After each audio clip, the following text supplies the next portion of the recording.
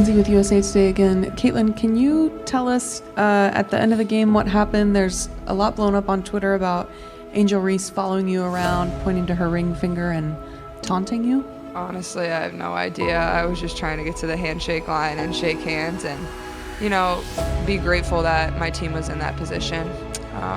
That's all you can do is, hold your head high, be proud of what you did, and, all the credit in the world to LSU. They were tremendous. They deserve it. They had a tremendous season. Kim Mulkey coached them so well.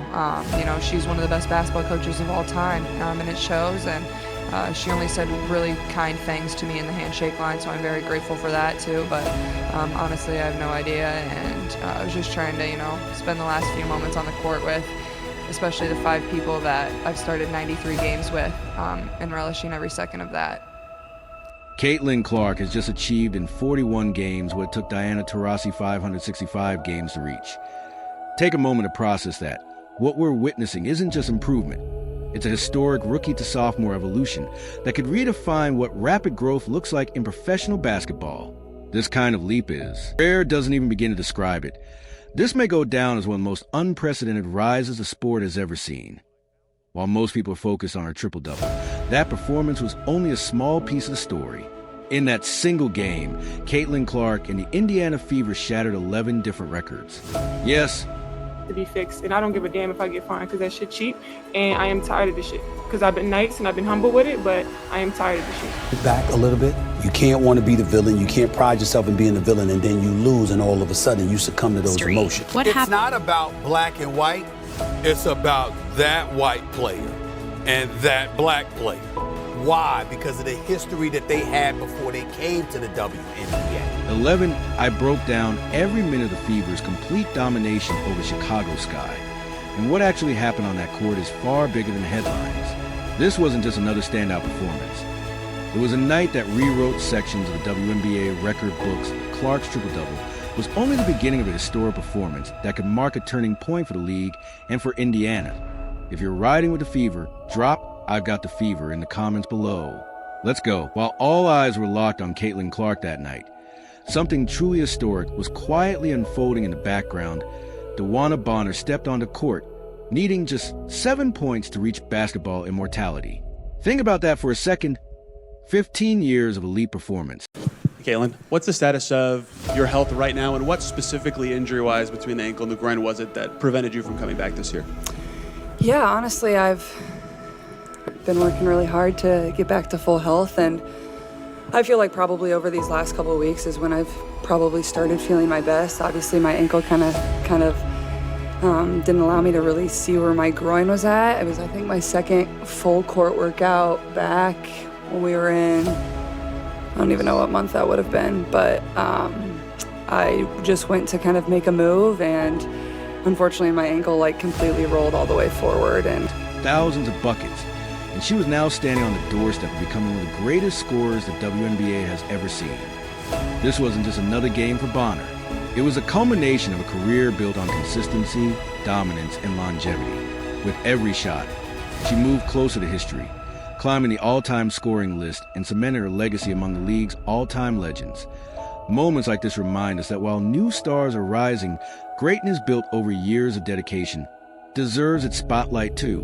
But with all the Fever mania surrounding Caitlin Clark, one question lingered in the air. Would anyone even notice this historic milestone? As the game against Chicago tipped off, that uncertainty felt real.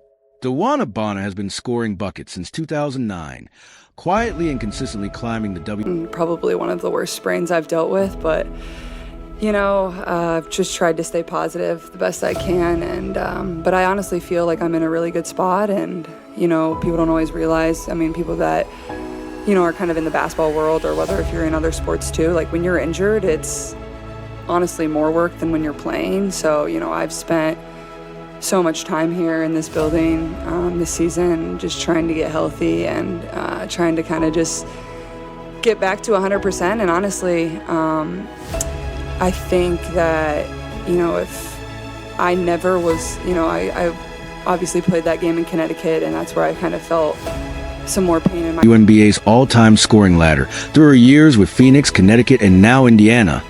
Season after season, She built a legacy on pure production.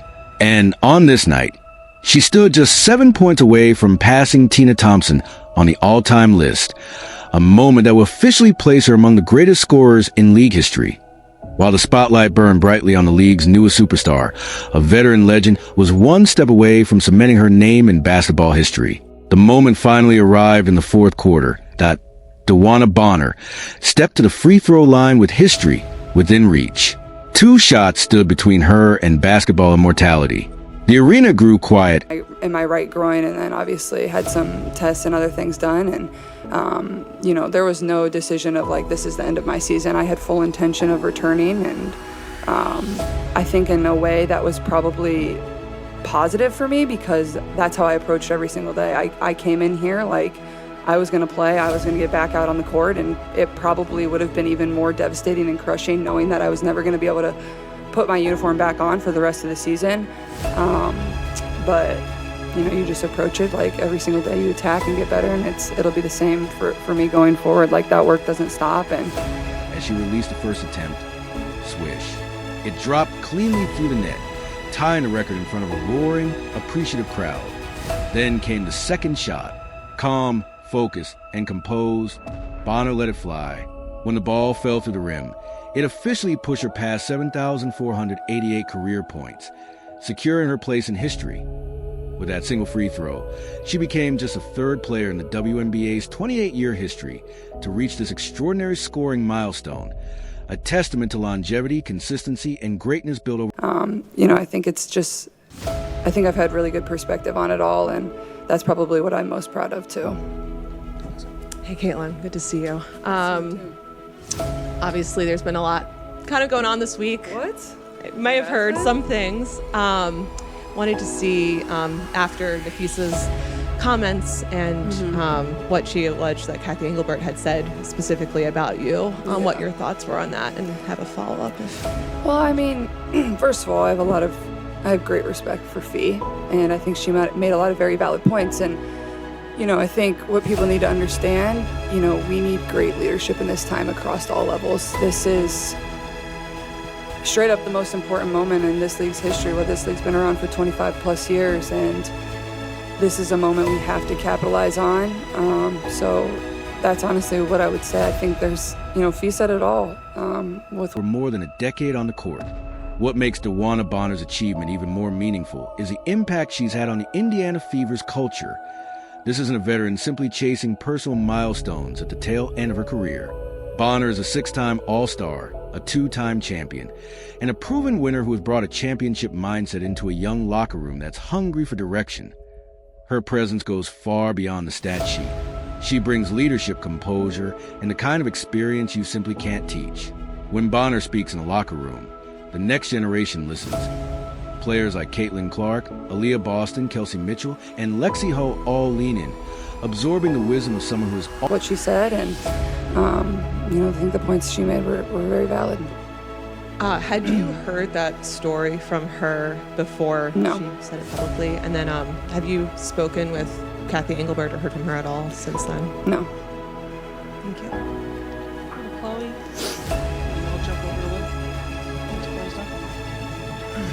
Just with working back to full health, Steph mentioned that it was kind of baby steps and getting back and making sure you don't lose what you've worked on this season. Just what are your plans for the off season, and possibly playing or just doing individual workouts? Yeah, I mean, probably already reached a mountaintop. She's not just adding points to her legacy, she's helping shape the future of the franchise. The Indiana crowd rose to its feet the moment the PA announcer confirmed the milestone. The standing ovation said everything. Even in an era driven by viral highlights and rising young superstars, true basketball fans still recognize greatness built over decades.